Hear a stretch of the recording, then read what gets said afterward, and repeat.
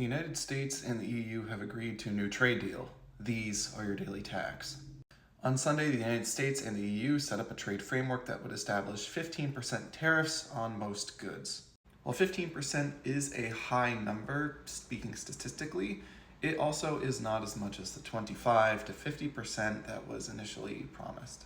President Trump said that the EU is to buy up to $750 billion of US energy, as well as invest over $600 billion more than it already is into America.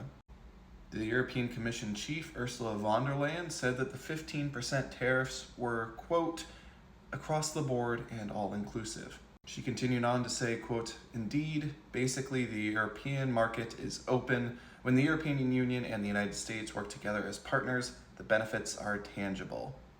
15% is a clear ceiling.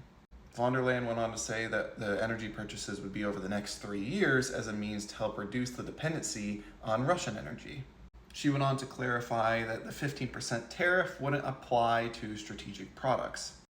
The United States and the European Commission agreed on a, quote, zero for zero policy on things such as certain chemicals, generic drugs, semiconductor equipment, agricultural products, natural resources, and critical raw materials.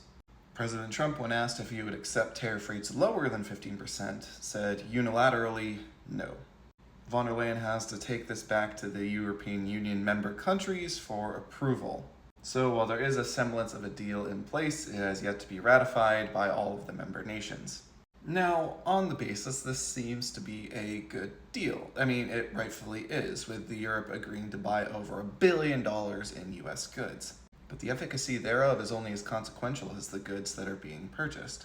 If this energy deal is to help move European dependence away from Russia, then it's likely that the $750 billion package will be used for petroleum goods.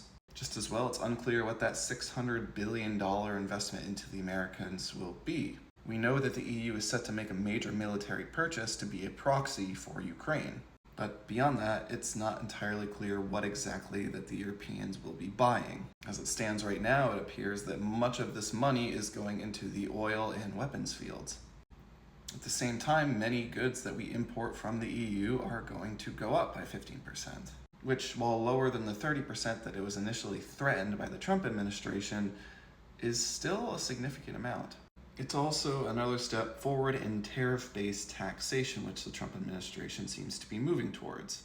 We'll keep you updated if there's any new developments on that front, here on Daily Tax.